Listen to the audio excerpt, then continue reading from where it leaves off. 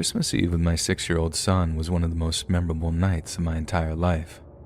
Sure, we'd had a bunch of Christmases before that, but being a 6-year-old marked the first time that he really started to understand the whole Santa thing. He became completely fascinated with the idea that this fat dude could just shapeshift down the chimney, not to mention how he could visit every single child on the planet over the course of one night. He started begging me and his mom to take him to Santa's grotto so he could meet the man himself, and when it came to leaving out cookies and milk, he insisted on leaving out an entire package of Pepperidge Farm, believing the more cookies we gave Santa, the better his presents would be. It was absolutely adorable, and it totally rekindled any of the festive spirit me and his mom had lost over the years. So, on Christmas Eve, we leave out the whole bag of cookies, top up Santa's glass of milk, and then I take him upstairs to bed. He's way excited about the possibility of Santa arriving, which poses something of a problem for me and his mom. If he was still awake when we started putting presents under the tree, he might come downstairs, see us eating the cookies and arranging all the boxes, then his festive fantasy would be totally ruined in my mind.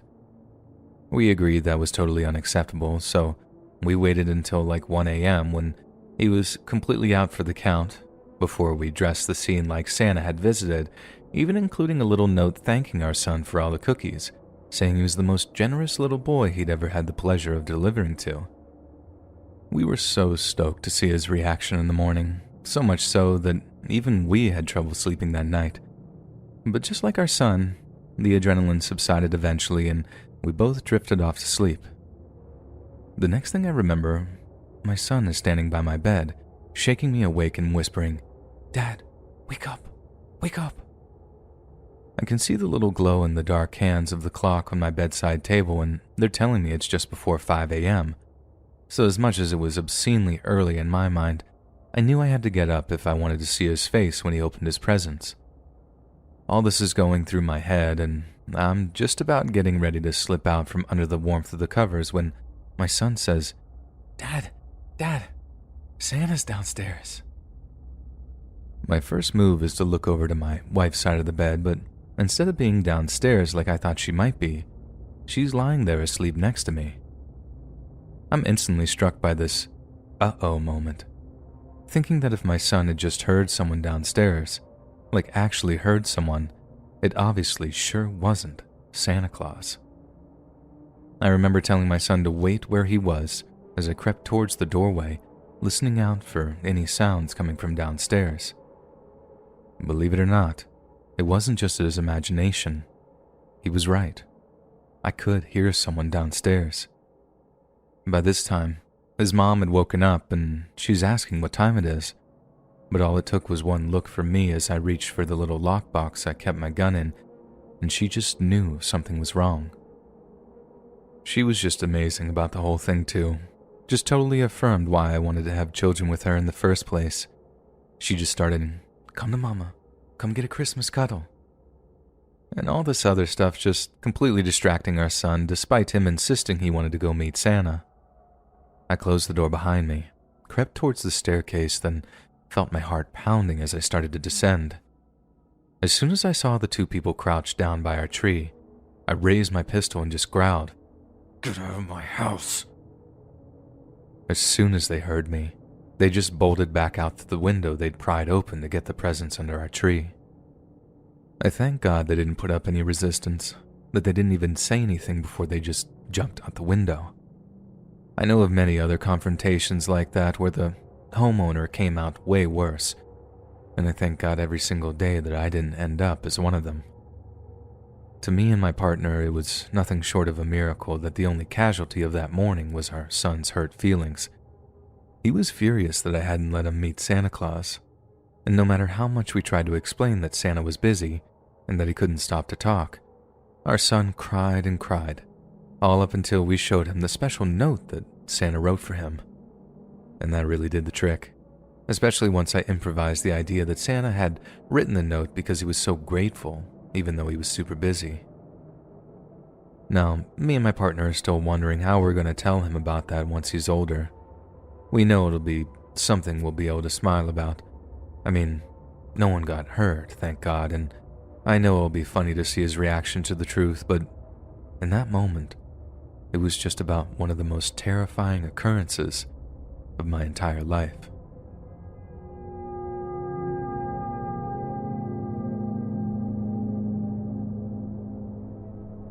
I'm one of the assistant general managers of a mall here in Michigan, and last Christmas brought one of the most frightening encounters of my entire career. Every year, the assistant GMs are responsible for organizing the holiday-related events and decorations, and this includes the Santa's workshop. It can be a heck of a lot of work, so we divide up all the tasks between the three of us, and last year, I was in charge of hiring a Santa. It sounded kind of fun at first, getting to line up interviews with a series of tubby retirees before scoring their ho-ho-hos out of 10.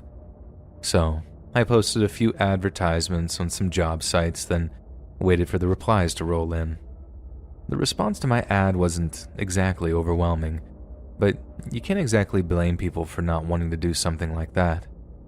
I realized that as much as I tried to phrase it as politely as possible, the ad still subliminally screamed, "Hey boomer, are you fat and old? Well, come get paid minimum wage to get puked on by screaming children for 10 hours a day." So it made sense that people weren't lining up to don the red suit. By the time I started to get a handful of respondents, I realized it wasn't going to be such an easy task. The first guy that came in said he was a specialist Santa, but demanded $25 an hour, way over our budget of $9.25. The second guy that came in for an interview was a total creep and kept flirting with me even though I was old enough to be his daughter. Then the third guy that came in smelled like my college roommate, this nauseating mix of Cheetos and vodka that, I swear to God, was enough to wilt the flowers. Around 10 interviews in, with the only viable candidate having the personality of a cardboard box, I thought it was doomed. But that's when Ted walked in our conference room and things began to look up. Ted's resemblance to Jolly St. Nick was nothing short of uncanny. He had soft, curly white hair, a similarly glossy beard which he later admitted to shampooing daily, and he had this stout look about him without seeming outright obese. He had rosy cheeks, a glint in his eye, and a deep rumbling laugh that had me offering the job before the interview was even over. The only trouble was, Ted came with a catch, because Ted was Canadian. He said he'd come down from Hamilton to stay with family over the holidays and thought he'd earn some cash while he was south of the border. He'd applied for a temporary work visa, but only 2 days prior to the interview, and he was still waiting to hear back.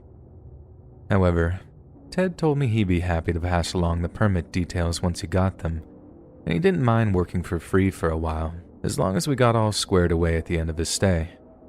I was more than prepared to work it like that.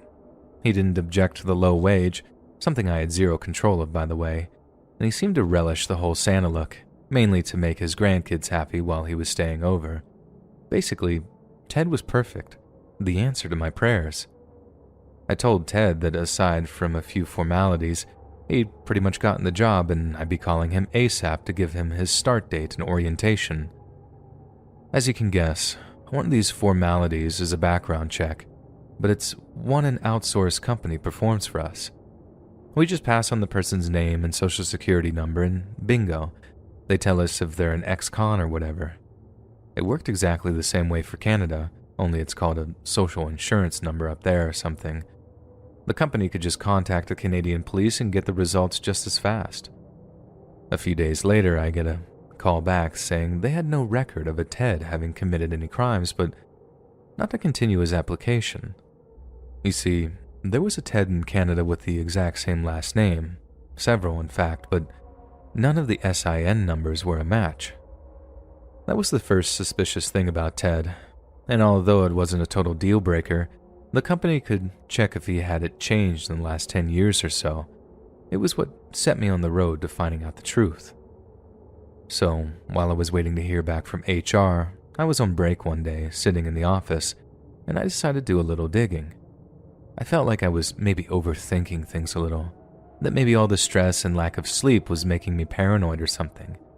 At least, that's what I told myself as I sat down at one of our office's computers and opened a web browser. For those of you that don't know, Here in the United States, there are whole government-run websites dedicating to let you know if someone is a possible convicted offender in your area. You can search by name, address, state. Heck, even if you don't have information on your person of interest, you can just search a whole list of offenders state by state so you can be sure someone's not on there. I couldn't recommend doing this casually, as it can be pretty frightening to see just how many there are, but I'm honestly glad resources like that exist. Otherwise, it could put a lot of very vulnerable people in danger. So anyways, I sit down, bring up the website, and start searching. First, I type in Ted's name and get nothing back. This kind of relaxes my concern a little, but there was still something about Ted that seemed a little too good to be true, I guess. And a part of me just doesn't allow good to exist without condition. I sat there for 40 minutes of my 15-minute long lunch break, looking at the face of every single creep in the state of Detroit. I type in a random address in different parts of Detroit and the surrounding area, just making sure that my sinister little hunch wasn't dead on the money. Then right as I'm about to call it a day and just dismiss my fears as baseless paranoia, there he was. He wasn't listed as Ted. He actually had a chillingly normal name, David Smith, and without all that silky white hair, he was kind of hard to spot. But he had the same eyes, the same rosy cheeks, and the exact same smile in his picture. And who in God's name smiles when they're having their picture taken for an offender's registry? But all that paled in comparison with the feeling I got when it actually hit me, that this guy had tried to get a job with kids. He'd evidently been styling himself after Santa Claus for a while, all with the intent of getting a job as the titular character in Santa's little workshop. He had no grandchildren either, by the way, so what he told me was a complete lie. Instead of waiting for it to go through our HR department and the relevant outsourced company in turn, I decided to go on the offensive. I know that was totally the wrong call, and my bosses didn't let me hear the end of it during the aftermath, but I felt personally offended. The creep had lied to my face, and I'm ashamed to say that I fell for his little act, hook, line, and sinker. I called the number he'd given me, and when he answered, I gave him the same cheerful act he'd given me the first time. I pretended everything was fine, and that I just wanted to clarify a few things regarding this application. I realized in that moment that I actually wanted the whole thing to be a huge mistake. I wanted to ask him if his name was David Smith, and have him be like, "What are you talking about?" Then to immediately get a call from HR like, "Canadian guy checks out, give him the job." But no. When I brought myself to ask him like, "Hey, your name wasn't David at some point, was it?" There was just silence on the other end of the phone, then a click as David hung up. I called the cops immediately, telling them that a David Lee Smith had breached his parole conditions by attempting to gain employment around children, which is obviously a huge violation of any offender's release conditions. I didn't hear anything else after that, not from the cops anyway, and I imagine this David Smith was rearrested and taken back to jail for attempting to pull the collective wool over our eyes. I just think how bad things could have been if I'd have taken him up on his offer to work for free at first. I mean, that really should have had alarm bells ringing from the get-go, but I was just so desperate to find someone that I didn't think properly. We found someone for the job in the end. They sucked and were super unreliable, but they had no record and gave us no causes for concern with their behavior. But the whole incident marked what is without a doubt the creepiest and most skin-crawling occurrence of my entire management career.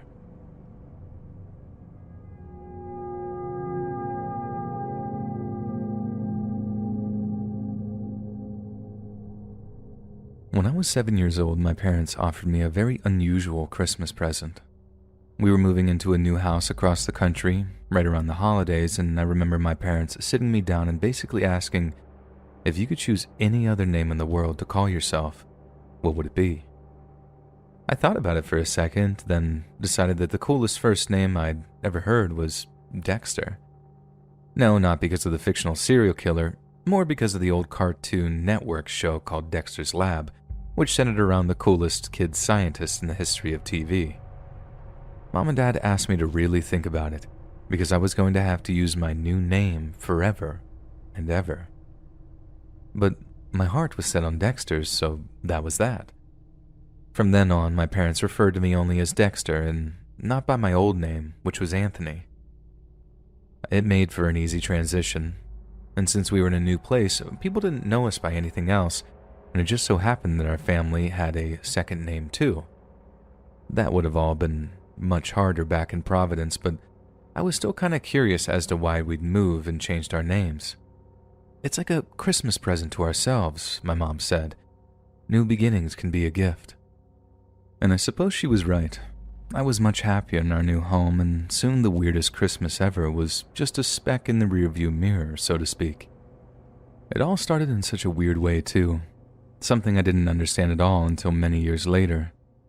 I remember getting off the school bus and walking the short distance back to my house when, all of a sudden, I heard a voice calling out to me from a parked car.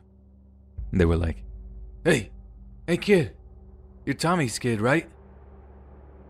I just nodded. My dad had a lot of friends who all drove fancy cars, so I figured this was another one of his buddies. "What? You don't recognize me now?" the guy asked me. "It's me, your Uncle Johnny. I was at your communion."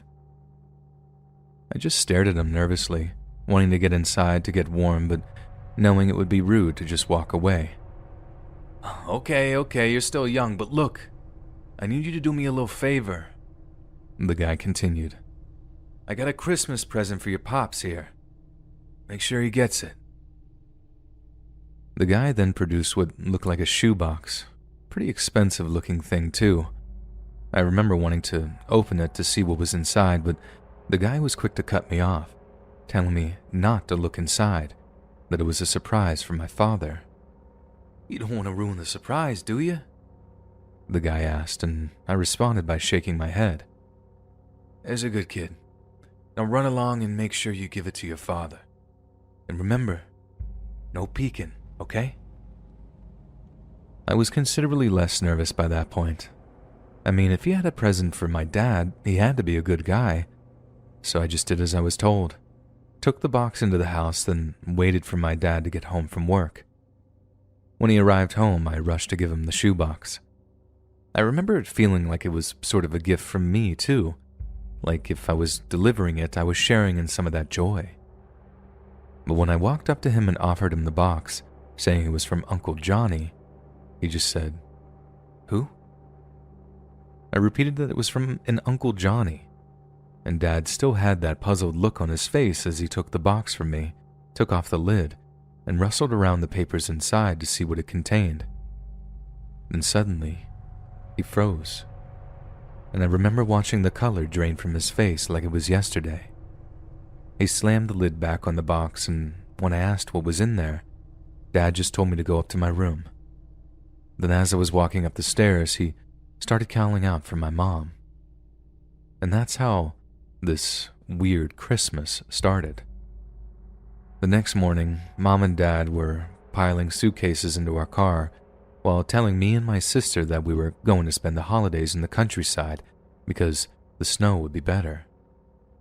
The next thing I know, we're in a cabin in the middle of nowhere, and I'm getting the very unusual Christmas present of getting to pick a new name. The thing is, at that age, it all just seemed totally normal. Or rather, I know something was happening, I just thought it was something that every family did. After a while, we moved into this new house in another state, and this meant that for the longest time, I thought Colorado and Rhode Island were like right next door to each other. It didn't even occur to me that we'd moved far away from home because I couldn't think of a reason why we'd moved so far. I remember asking my parents if we're going to change our names the next Christmas, and they told me no, because it'd be hard for all the people in our new town to learn new names, so we'd just be keeping the ones we had. I know it seems crazy, but being so young, I just kind of forgot about the whole thing after a while. Again, I thought it was something every family did at some point, just move towns and pick new names. I thought it was part of the process or something. It didn't make a difference with our parents. Me and my sister just called them the same thing we did before the move, Mom and Dad. I had a little trouble getting the hang of my sister's new name, and I know this is becoming a running theme here, but kids can get used to anything pretty quickly. Then, that was that. For like 11 years. My parents basically covered up what happened to the point where I didn't suspect a thing. I think maybe my sister did, but I definitely didn't. She ended up getting the talk before she moved away to college, and then she was part of this conspiracy too, in cahoots with our parents to keep me in the dark for another 3 years. And then, right when I was picking colleges come SAT time, they sat me down for the talk too. Some of you might have guessed what the talk consisted of by now, and no, it wasn't the birds and bees talk, if that's what you're thinking. The talk was basically my parents explaining to me that the reason we'd moved out to Colorado all those years ago was because my dad was in the witness protection program. He'd never actually been in the mafia himself. He was just an associate, but things went wrong for him in a big, bad way, and he was dealing with guys who didn't just cut off business ties, they cut off heads and hands so the cops can't identify you. At least, not right away. But anyway, according to them, the mob guys he was working with had two problems. Firstly, they were convinced someone in their organization was a police informant, and secondly, they had no idea who that person might be. So, in order to flush out the informant, they basically set out a bunch of packages to each of them, all containing something that might scare them into making a move. Apparently, my dad wasn't the informant, but he also had no idea that this was part of a larger scheme to flush the mole out. He thought it was a straight-up accusation and decided to get us out of Providence before any punishments could be meted out. So, ironically, the mafia had turned a solid earner into an FBI informant, all by just accusing the wrong person. Now, I don't know if that's 100% true or not. When your parents lie to you for almost your entire life, you wouldn't put another couple past them, but it's the version I chose to believe. But what I know for certain is what was in that shoebox I gave to my dad. It was a rat, and someone had hammered a nail through its mouth.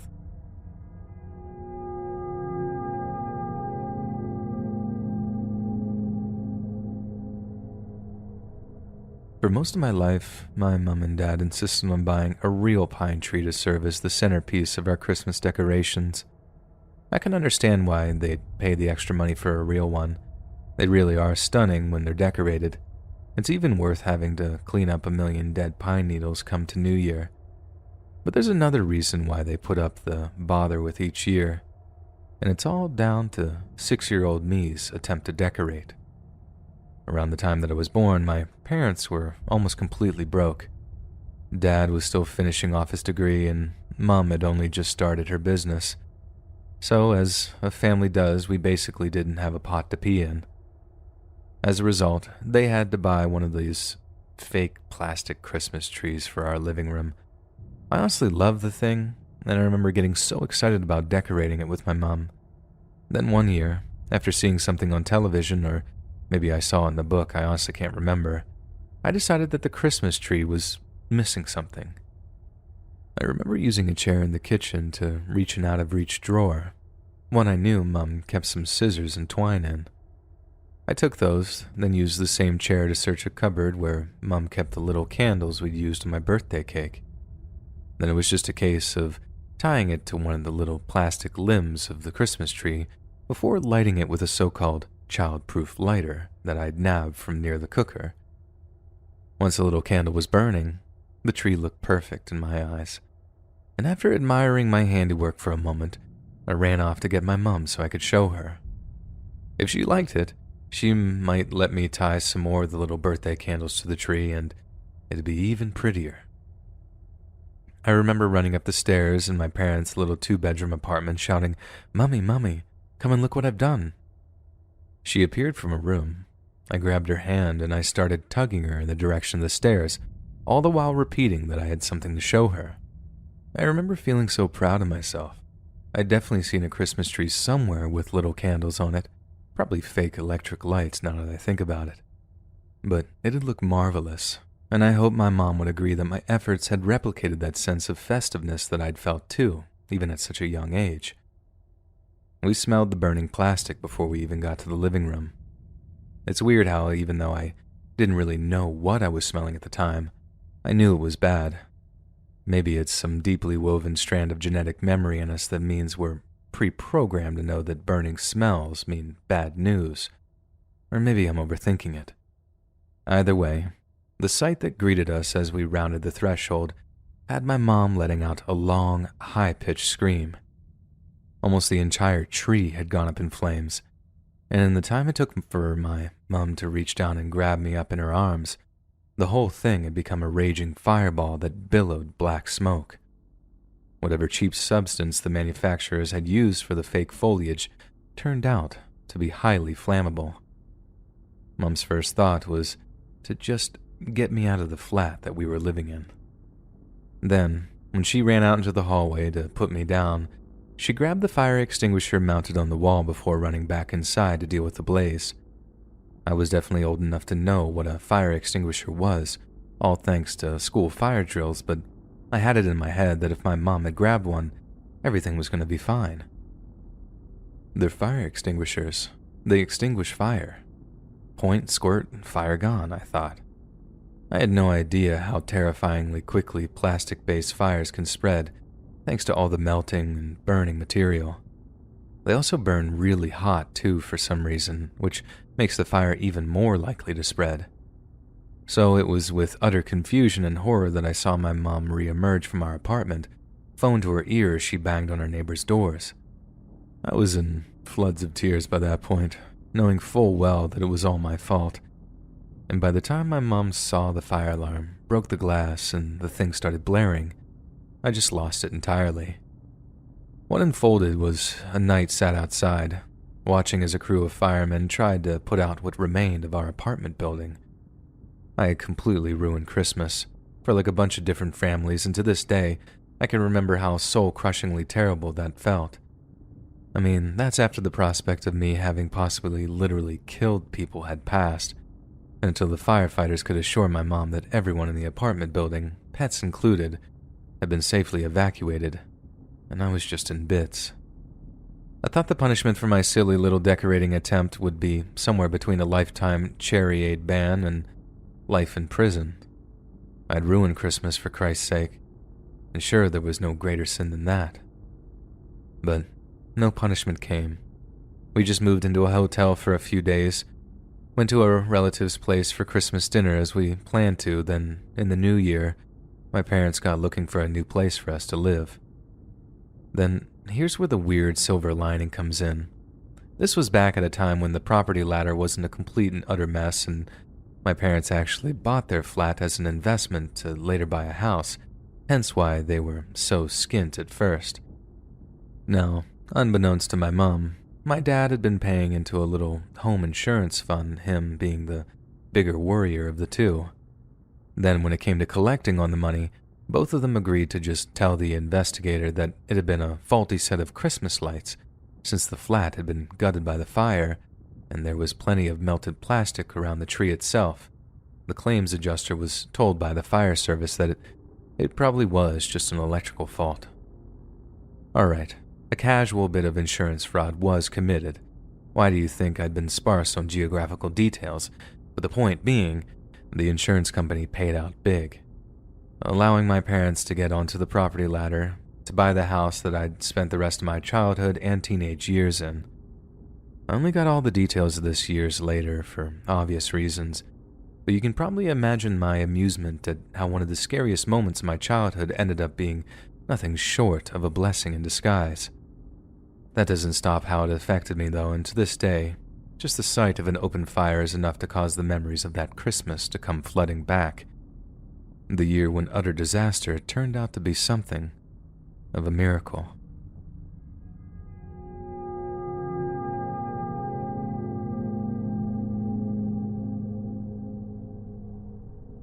Round about 5 minutes after being stabbed for the first time, I felt a fear that I'd never experienced before or since.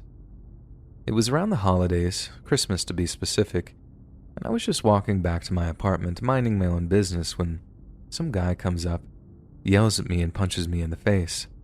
I'm taken aback a little, not exactly in a fighting position. I just looked up confused, where he then punched me again, sending my glasses flying off my face. That's when I realized that it wasn't some random hit and run type thing that was being filmed for Vine or whatever, and as I went to get up again, got punched yet again, making me fall back from the force of it.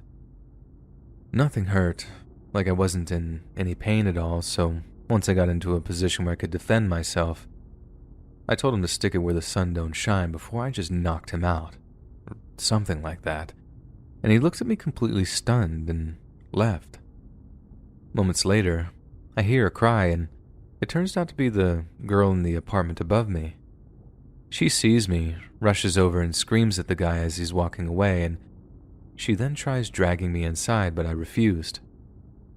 They told me I got stabbed, and I tried explaining to them that I was just punched and that it was probably just where the guy's fist had impacted against my cheekbone, splitting it open. Right then, I put my hand to my chin because it felt all cold. I pulled it back to find it covered in blood, way more than I'd expected from just a busted cheek. But still, I was convinced I wasn't stabbed.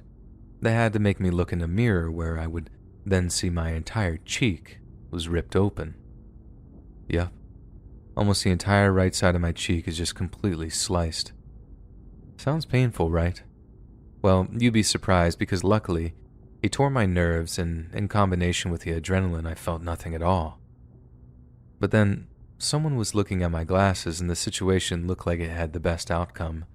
The part that covers my temple was barely hanging on because he tried to stab me in the temple first, and then when that didn't work out, he went for the eye, which had a huge deep scratch in front of it from where the lens saved my eye. That's definitely the closest I've ever come to serious injury or death, and I ended up moving away from New York City not long after. Boston is crazy, sure, but it's so much calmer than NYC. At least, no one's stabbed me in the face here, yet.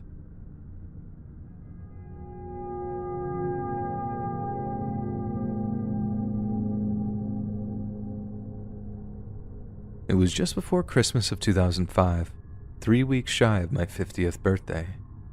I went to the gym, rode there and back on my bicycle, and unfortunately found myself struggling a bit in a drizzle and headwind on the way home.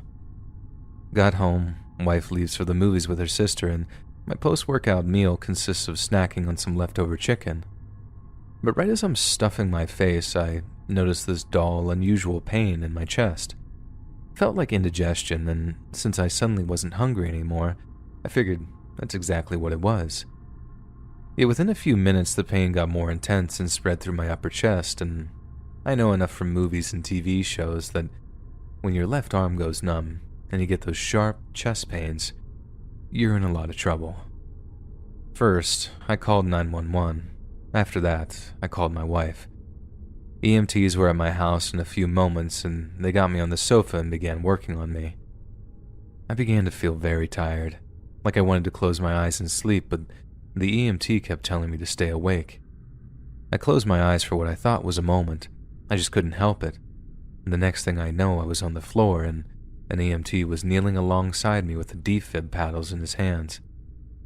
I had flatlined due to my heart working too fast, and I later learned was down to a 90% blockage of my artery. This happened at least 3 more times at the hospital before I was stable enough to have a cardiologist get me in an OR and insert a stent. Apparently, they called that the Widowmaker or something, as only like 1 in 10 men of my age group survive it. So, the fact that I'm still here is apparently nothing short of a miracle. I spent the next 3 days lying in a hospital bed, and after I was sent home, I spent another 2 weeks recovering in my own bed, followed by almost 3 months of cardiac physical therapy. I've recovered well and am a pretty healthy 64-year-old today. I take a number of maintenance meds, and I fought hard to keep my weight down and eat correctly. But I suppose what I really want to say here is that I don't recall going down before being shocked back. It's like you don't know what's happening. When I came to, it was like waking up from a deep nap. But it's the nearest to death I've ever been, and although I don't wish to get that close again, there came a sense of peacefulness that I just wasn't expecting. And ironically, that's what creeps me out the most.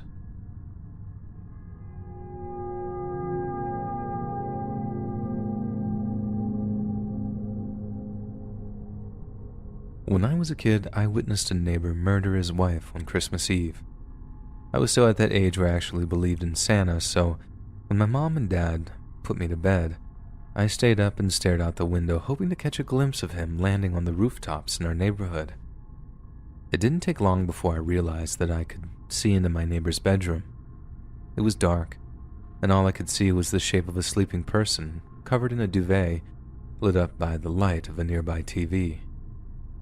Not exactly Skinamax, I'm sure you'll agree, so I didn't feel too guilty about it, and I kept on looking out for Santa's magic sleigh. Suddenly, there was movement in the bedroom across the way, and I looked in time to see my neighbor walking in on his sleeping wife. I tried to pry my attention away from the bedroom as he moved towards the bed, but then it's quickly drawn back when I see fast, violent movements in the light of the TV. In the low light, it just looked like my neighbor was hitting his wife. And I know that's bad enough, but all I could see were these downward moving blows and nothing else. So as distressed as I was, all I told my mom and dad when I ran downstairs was like, "I think the neighbor's beating up the neighbor mom."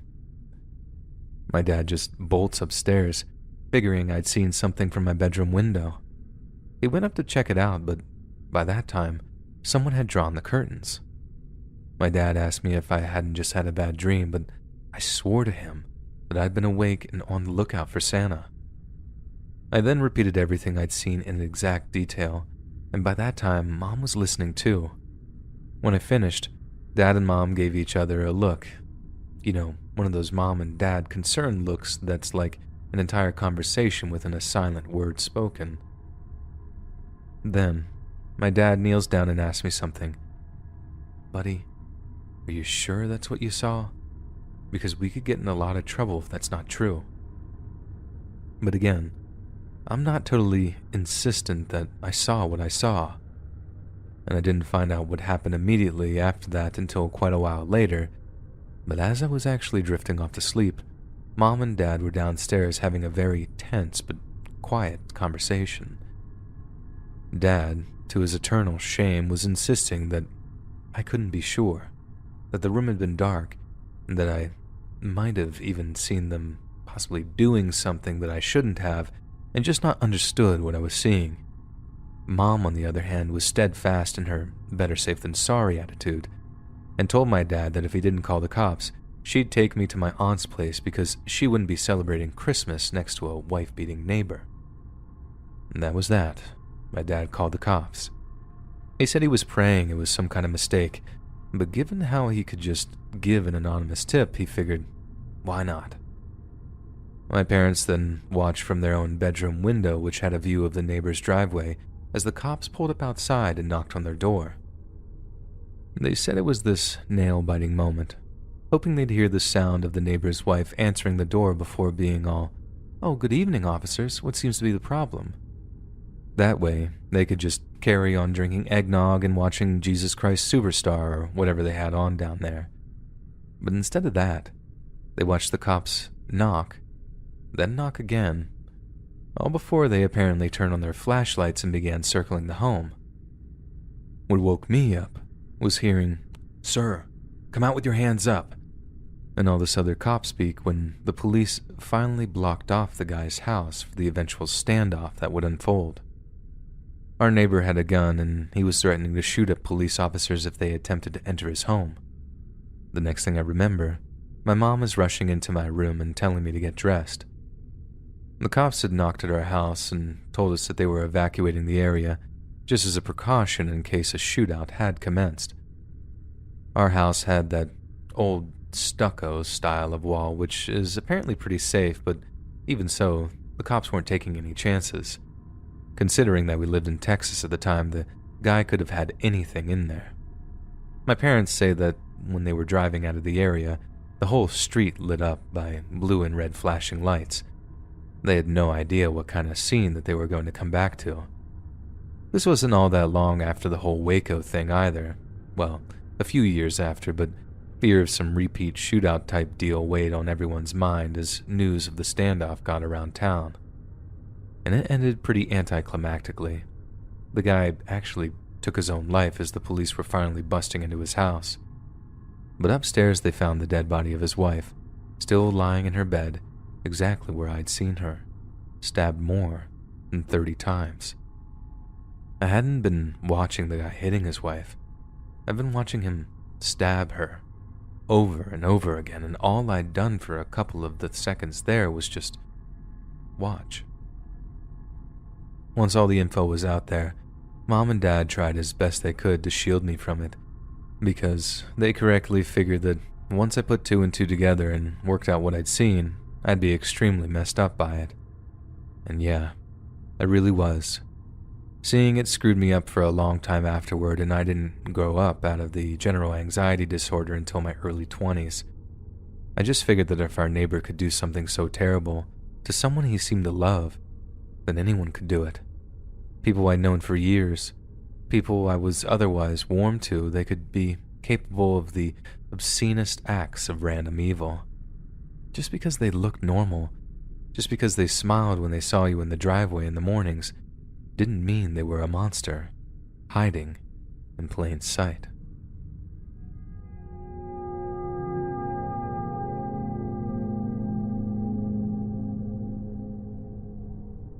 I used to work EMS, and a coworker turned good buddy of mine was working dispatch for a call we got on Christmas. I arrived on the scene later, so I never got to interact with the victim in question, but my buddy did describe the 911 call to me afterward. Initially, me and my crew were just supposed to be backup for a gunshot wound at some farm about 20 to 30 minutes outside of town. Gunshots run a whole spectrum of seriousness, and some can be nothing but flesh wounds that the victim basically refuses to have treatment. Other times, they can be way, way worse, and this was one of those times.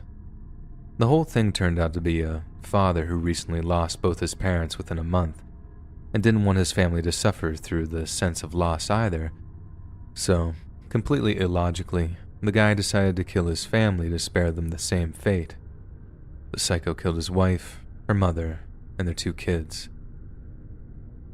Later found out that the 911 call we got was from a 13-year-old daughter who had been shot in the head but is still alive and conscious enough to make the call. The call was about 30 minutes long, and apparently the father was in the same room as her and the rest of the recently murdered family members. She was sitting on her bed with a bullet in her head, just saying in the most monotone voice ever, "I've been shot. My family is dead. My dad has a gun." Just in so much shock that she couldn't express any emotion. You could hear long pauses of silence as the dispatcher tried to get an idea of the situation and how the daughter and dad were just staring each other down for 5 minutes at a time with nothing but breathing to be heard and the daughter answering the dispatcher's questions. About 30 minutes go by of my buddy, the dispatcher, going, "Are you alright? He's still there? He still has the gun?" He just gets monotone responses back. You can hear the sound of sirens in the background, and the father leaves the room, followed by a gunshot. The dad took his own life and died right as we were pulling up. She ended up living, but had lost every single member of her family that week. And personally, I have no idea what happened after that.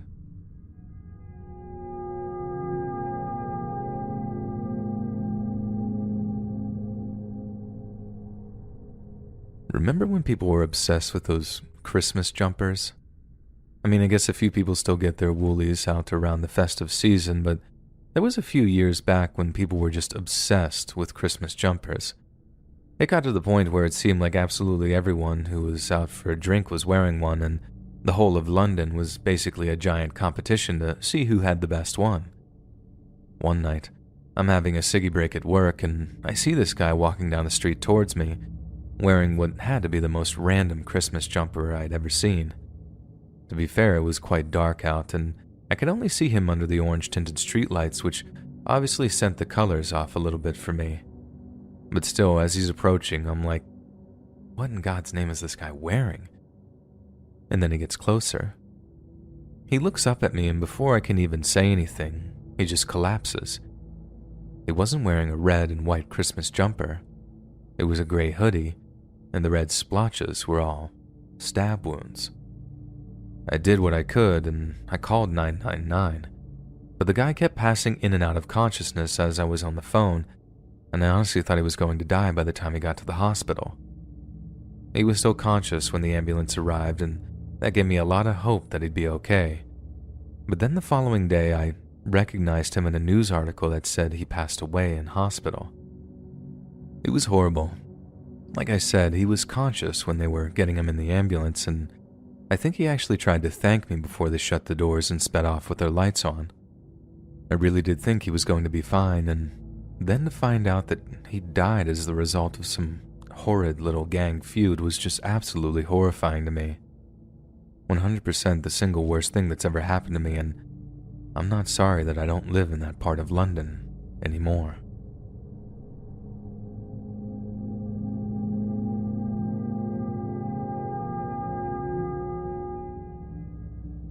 Back when I was a kid, me and all my brothers and sisters would sleep in the basement on Christmas Eve to give Santa, i.e. our parents, enough space to arrange all of the presents under the Christmas tree.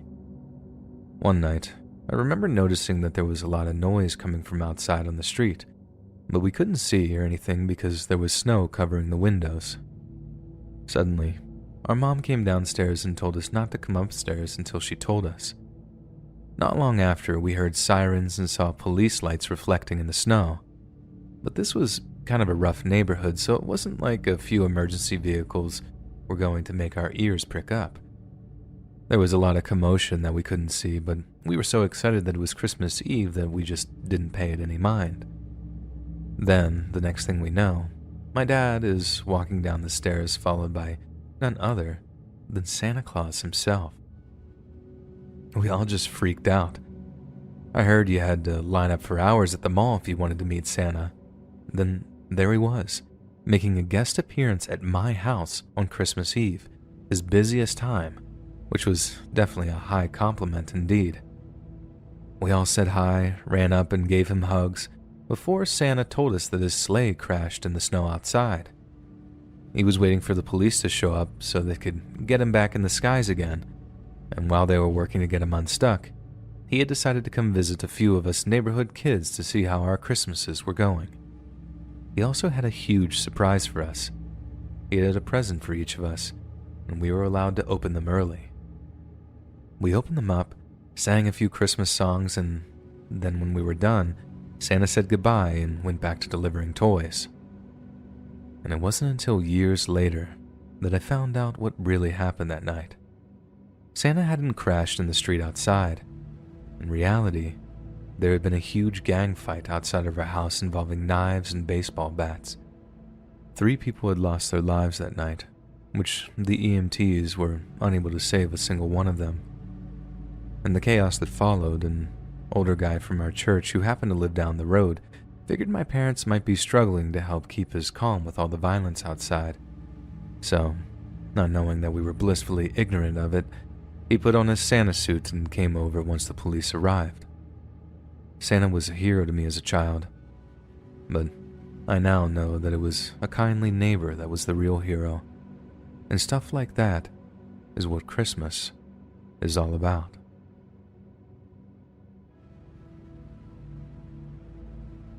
Hey friends, thanks for listening. Click that notification bell to be alerted of all future narrations.